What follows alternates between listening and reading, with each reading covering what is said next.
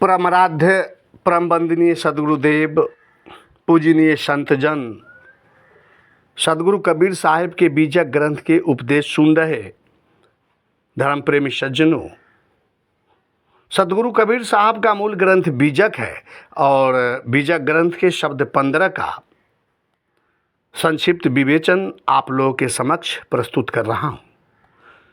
इस शब्द में सदगुरु कबीर साहिब जीव को जोलाहा नाम देकर उसके अनेकों जन्मों का रहस्य समझाया है।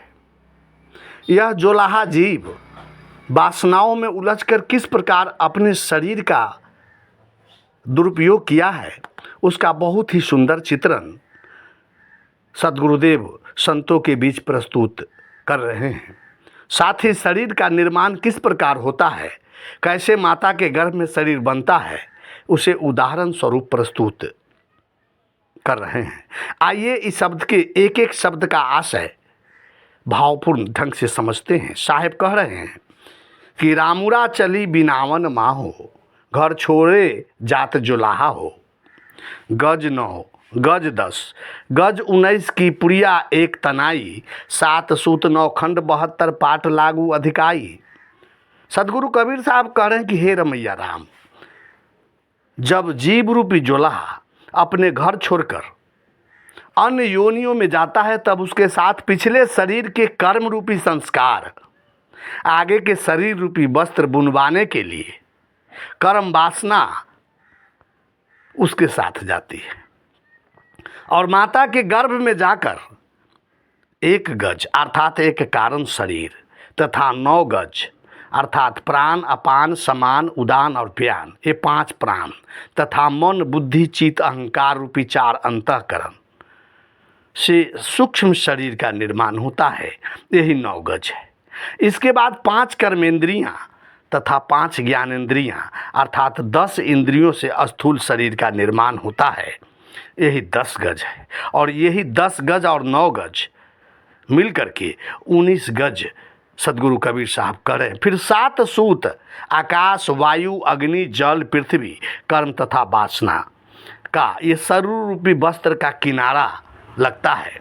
9 खंड अर्थात 9 द्वार, 2 आँख 2 कान 2 नाक 2 मुँह, 1 मुँह गुदा और उपस्थ इसमें लगाया जाता है और 72,000 सूत ताना गया है अर्थात नाड़ियाँ बनाई गई है। विशेष रूप से जान लीजिए कि इस मानव शरीर रूपी वस्त्र कर्म तथा वासना रूपी 7 प्रकार का सूत लगे हैं। जिस प्रकार कपड़े की मजबूती के लिए कपड़े में किनारा लगाया जाता है, उसी प्रकार शरीर रूपी कपड़े की मजबूती के लिए 72,000 नाड़ियों का जाल बिछाया गया है। मानव शरीर रूपी वस्त्र अन्य शरीरों से बहुत ही श्रेष्ठ है, बहुत ही उत्तम बना है, परंतु दुख की बात यह है कि इतना श्रेष्ठ शरीर पाकर इसका किस प्रकार दुरुपयोग हो रहा है, इसका वर्णन साहिब आगे के पद में कर रहे हैं। कहते कि तापट तुला नहीं गज नामाई पैसन से रढ़ाई, तामे घटे बढ़े रतियो नहीं करकच करे गहराई। मनुष्य का मन अपने बस में नहीं रहने तथा शांत नहीं होने के कारण पैसे का 2.5 सेर बिकने लगा है। अर्थात मोक्ष अथवा मोक्ष साधना योग मानव शरीर तुक्ष विकारों में उलझ गया है। लोग अनेकों व्यसनों दुर्गुणों में फंसकर जीवन को कौड़ी के मोल में खो देता है। लोग ताश जुआ परनिंदा शराब गांजा भांग सिगरेट राग द्वेष कलह इत्यादि में अनोखा जीवन नष्ट कर देता है। साहेब कहते हैं कि तामे घटाए बढ़े रतियो नहीं करकच करे गहराई, कि जो जो मनुष्य का उम्र बीतता जाता है निरंतर दुख कलह बढ़ता ही जाता है, वासना तृष्णा राग द्वेष बढ़ता ही जाता है और निरंतर नीचे गिरता चला जाता है। तब साहेब आगे कहते कि नित उठी बैठी खसम सो बरबस तापर लाग तिहाई, भींगी पुड़िया काम ना आवे जोल्हा चला रिसाई। जब जीव रूपी जोल्हा सुबह सोकर उठता है तो उसके साथ मन की वासनाएं भी उसके साथ ही उठ जाती है और अपनी पति तुल्य जीव से जबरदस्ती इच्छा पूरी कराने के लिए बीड़ी खैनी सिगरेट गांजा भांग अर्थात जो जिसके वशीभूत है वह मांगना शुरू कर देता है और वासना अर्थात माया रूपी जोलाहिन उसे सहयोग भी करती है। इतना ही नहीं, सुबह जागते ही गाली गलौज चिंता शोक ईर्षा द्वेष में जीव जलने लगता है।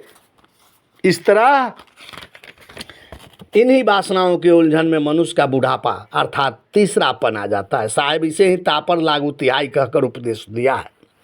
वासनाओं के उलझन में तीसरापन बीतने के कारण आत्मज्ञान से विमुख रह जाता है। अंततः जीव रूपी जोल्हा को रीस होने लगता है।